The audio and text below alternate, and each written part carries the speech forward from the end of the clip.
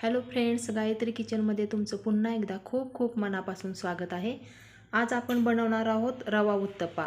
तर यासाठी लागणारे साहित्य, एक मोठी वाटी रवा घेतलेला आहे, नंतर तेल घेतलेलं आहे आणि अर्धी वाटी दही घेतले। दहीऐवजी तुम्ही ताक पण वापरू शकताय। टोमॅटो बारीक चिरून घेतलेला आहे, चवीनुसार मीठ आणि कांदा आणि मिरचीचे काप आणि लागेल तसं पाणी त्यामध्ये ॲड करायचं आहे आपणाला। तर आता हे सर्व मिश्रण आपणाला एकत्र करायचं आहे। एका पातेल्यामध्ये अगोदर रवा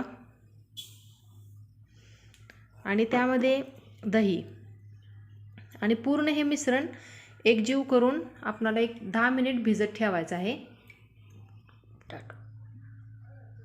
एक 10 ते 15 मिनिट झालेले आहेत। रवा चांगला भिजलाय।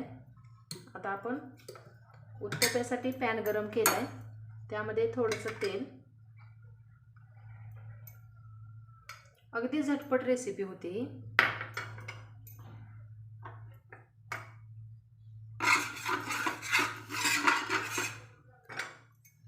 आणि हे पूर्ण मिश्रण केलेलं यामध्ये असं डोसा कसा बनवतो तसं साईडने सोडायचं।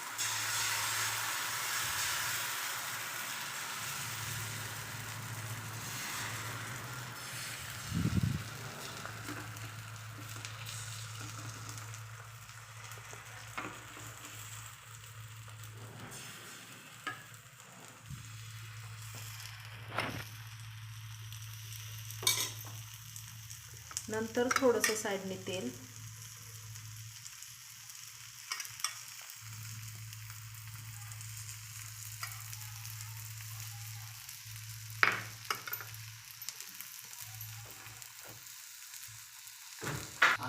फोटो काढायला यावरती झाकण ठेवूया।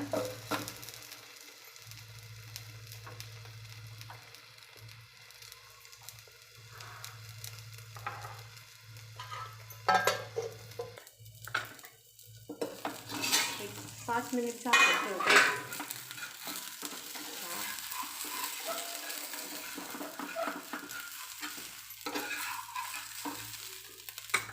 थोडंसं तेल वरून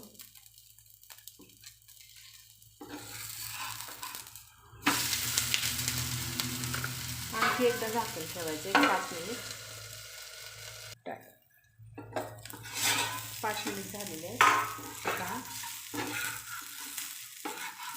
एकदम मस्त असा डोसा भाजलेला।